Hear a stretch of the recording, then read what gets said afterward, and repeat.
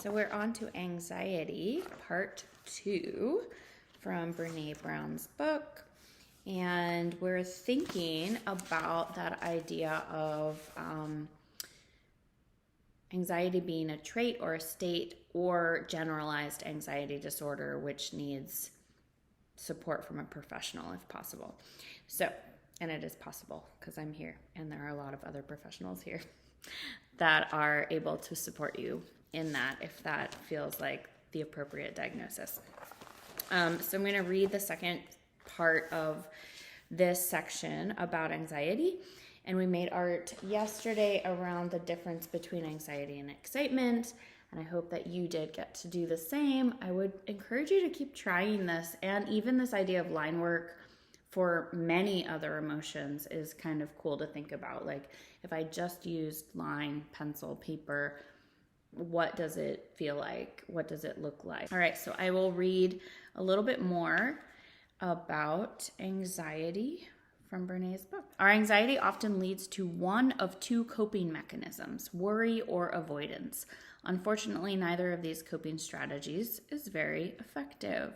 So coping mechanisms or strategies are things that happen when we kind of just don't want to deal with the emotion that we're feeling.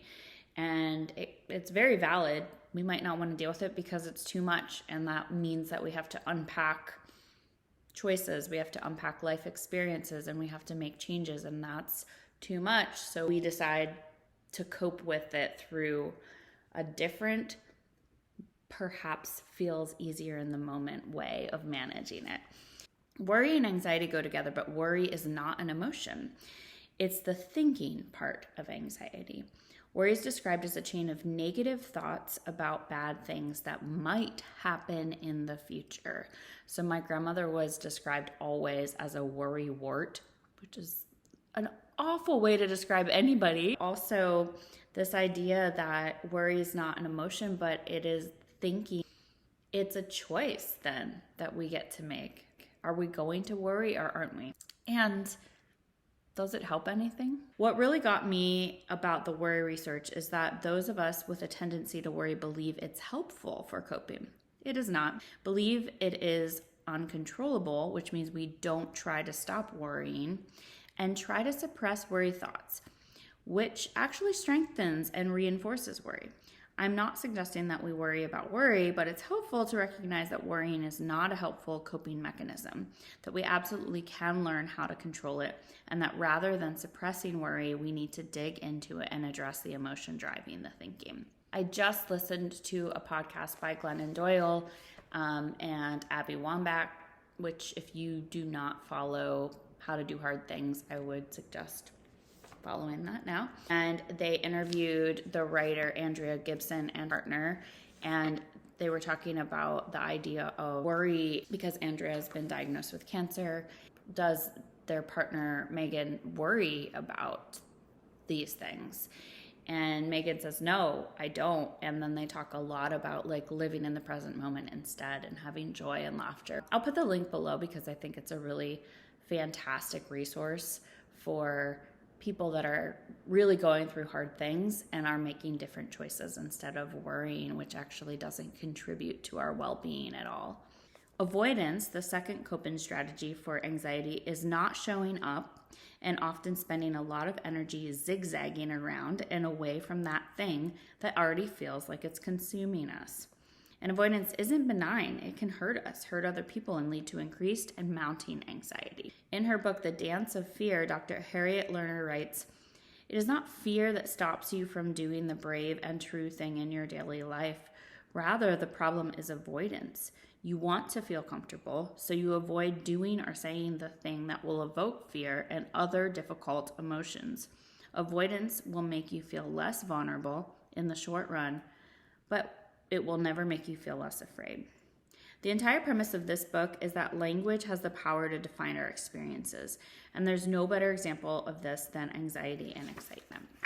And this is where we get into the difference between the two. But I'm going to pause there, and I want us to think about this idea of worry and avoidance.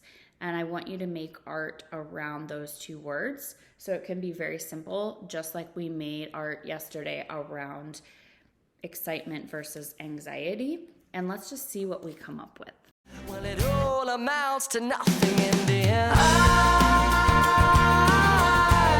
I won't worry my life away.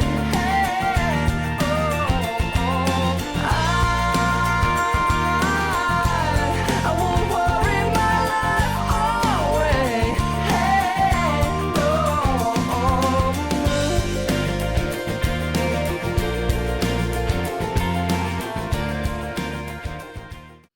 So I made this piece. I kind of just added to the anxiety excitement piece to see what would happen if I put it all on the same board. Worry to me had this color red, and it feels like it fills up this whole space, repeating thoughts over and over again to the point that we don't even know why we're worrying. We just keep ruminating about the same thing over and over again. It doesn't help. It just fills up a lot of space in our minds and in our lives and our relationships, and we don't need to do that. And avoidance was kind of the opposite, keeping it really open. And this little figure is just over here going, what?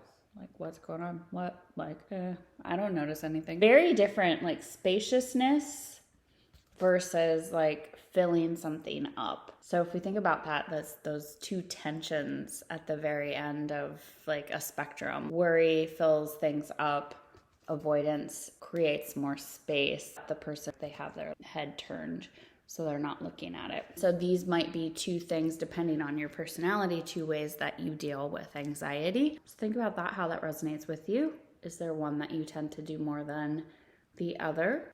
I'm noticing more avoidance in my life these days. I look forward to seeing your artwork, and we will continue in the anxiety piece because there's still more to explore in Brené's book.